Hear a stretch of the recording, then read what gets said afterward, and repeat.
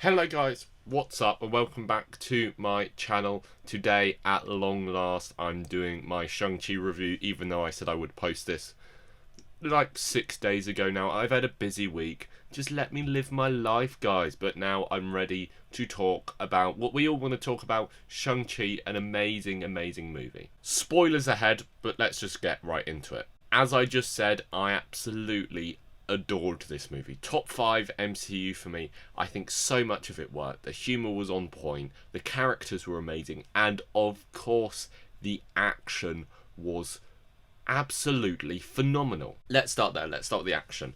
There's not a single fight scene I dislike. There are so many great ones. I really just love all the choreography and the thought that went into the action scenes. The action scenes didn't exist for the purpose of getting the characters from A to B like it does in a lot of action movies. These action scenes had so much depth and so much strong character moments and gave away so much about the characters more than any dialogue could have. And they were so imaginative as well. The stuff with the 10 rings was utilised so well. The 10 rings seem so dorky and dumb on paper, but this movie really made them work with just making them incredibly powerful, incredibly cool, and just look amazing. So much of this movie just looks absolutely incredible. It's beautiful. The cinematography is on point. There are so many bright, vibrant colours. The colour grading is great. And the CGI is, of course, exactly what you'd expect from a Marvel movie. It's Talao, isn't it? I don't actually know. The village just looks beautiful. And so does all the creatures. And so do the 10 rings. And so do all the costumes and outfits. I just love so much of it. On to a few more minor things which I really appreciated. How much of this movie was subtitled. I think that was great. It was probably about a third, and I think that was really good to see, and it makes me think, hey, how come Wakandans speak English? There are a few things I didn't like. Bad product placement.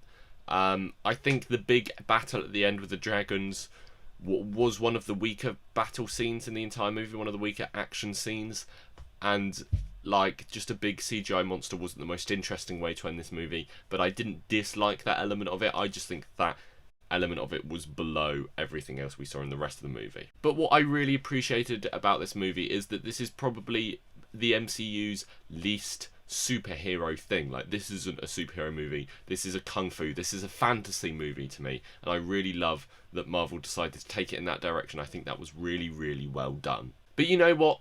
Let's talk about some specifics. I'll go through the characters one by one and give you my thoughts on them. First up, of course, we're going to have to talk about the man himself, Simu Liu, Shang-Chi.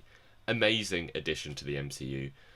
I just want to see more of him now. I just want to see him interacting with Spider-Man. I want to see him fighting with Captain America's shield. I want to just see all the combos he would do with all the different characters and what other superheroes it'd take to do karaoke with him. I'm going to talk about the karaoke later, don't you worry. But I just really love this character, and I really want to see him meet everyone else and become a part of this bigger universe and see just more of him in everything, because he was great. Simu Liu was made for this role. He is perfectly funny and charismatic and sweet and emotional. His performance is so well done, especially when he's performing off of Tony Leung, his dad. These are just great. Speaking of Tony Leung, let's talk about Wenwu. One of just an amazing villain, one of the best, I think. I wasn't expecting much from him going into this movie, but I was absolutely wrong, and I'm so happy to say that. And I think this villain is carried by the performance alone, which is absolutely incredible. Just his facial expressions are so powerful, and they show so much emotion. Like when he died, that was an amazing scene with just all the emotion he managed to portray with a seemingly stoic look on his face. I think that works so well. And his action scenes were incredible. His introduction I really loved. His fight against Shang-Chi's mum was absolutely incredible. And yeah, there's just so many great fight scenes that I really loved involving him. And I really loved his dedication to his wife and to the 10 rings. I really loved the bit where he tells the story about the Mandarin and about his true name. There were just so many great moments with this character, and you feel sorry for him, but he is still detestable, and I think that's a very difficult balance to get. But this movie nailed it. Just amazing performance all round. Good job. Let's talk about Katie, Aquafina. A lot of the comedy here didn't didn't work for me, but I didn't dislike that. I mean, every comedy you watch, there are always going to be jokes that don't land, and the same is true for movies like this, so it wasn't a big thing for me. Something I really did appreciate and something I was going to talk about is that there's no romantic relationship between her and Shang-Chi, and Shang-Chi has no romantic relationships throughout the entire movie. I think that works really well because it's something that you don't see a lot in movies, and I think it's a good thing to include. I also kind of like her arc in this movie because she has probably more than anyone apart from Shang-Chi of her going around going, hey, I don't get why people don't have a purpose in life. Then she has the big bit with the bow and arrow. I think that worked really well. But I don't have much to say about her, to be honest. Let's move on to Shang-Chi's sister. Xialing was an interesting part of this movie. I don't think she got quite enough screen time for my liking, but I still really, really enjoyed her performance and her character. I think she had some really strong moments with Shang-Chi. I really like seeing her as a younger character. Actually, quick sidebar here. Get rid of that picture. I really like how this movie did its flashbacks. I think it was a really interesting way to tell an origin story of just keep going back and revealing more and more as the movie went out, and I think that worked excellently. Bring the picture back up. I like the idea of her starting this fight ring. I think that worked well, and I'm not convinced by the end credit scene, but I will talk about the end credit scenes at the end. To be honest, I don't know what other characters I want to talk about. The mum was obviously amazing. She had some really good moments in this movie, but there just wasn't loads of them for obvious reasons. I really like her fight scene at the start though, and I don't have anything to say about her aunt. I'll quickly talk about Trevor Slattery. He was in this movie way more than I think any of us were expecting, and he was very funny. The Planet of the Apes moment was golden, but I'm not sure if he outstayed his welcome or not. I think he might have stayed for a bit too long. The other character I want to talk about is Wong, but I'm going to save Wong until the end. Okay, so let's talk about the mid and end credit scene. The post-credit scene, I'm not convinced by. I'm not sure if I like this direction that they're going in with an evil sister, because that's nothing we've ever seen in the MCU before. You know, someone having an evil sibling.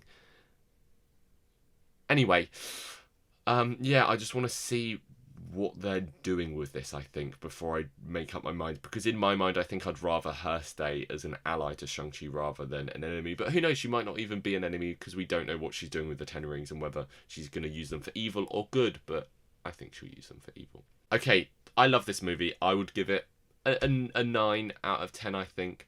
Or a 9.5 out of 10, let's go with that. I gave it 4.5 stars on Letterboxd.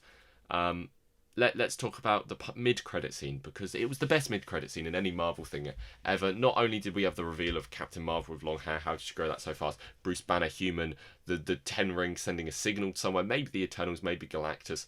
I'm not sure. I think it might be something more magical than we'd expect. I'm not convinced by the Eternals argument. But let's talk about Wong in this movie. Wong has always been an amazing character, but in this movie he is just stone cold awesome, just coaching Abomination. He's like, hey, I just defeated you, you're like the Hulk, but next time, you know, try fight like I've shown you to, because obviously I'm Wong. And then at the end he steals that person's drink like an absolute boss, and then he does karaoke, and I cannot tell you how much I have thought about this karaoke scene, and all I want in the world is an extended cut. You could get rid of Spider-Man No Way Home and just show me all the songs Wong did karaoke to, because I want to know what else he did karaoke to. What other songs did he sing? I made a TikTok about this, but what other songs did he sing? Okay, on that note, thank you for watching. Please remember to like, comment, subscribe, and I'll see you soon. Bye.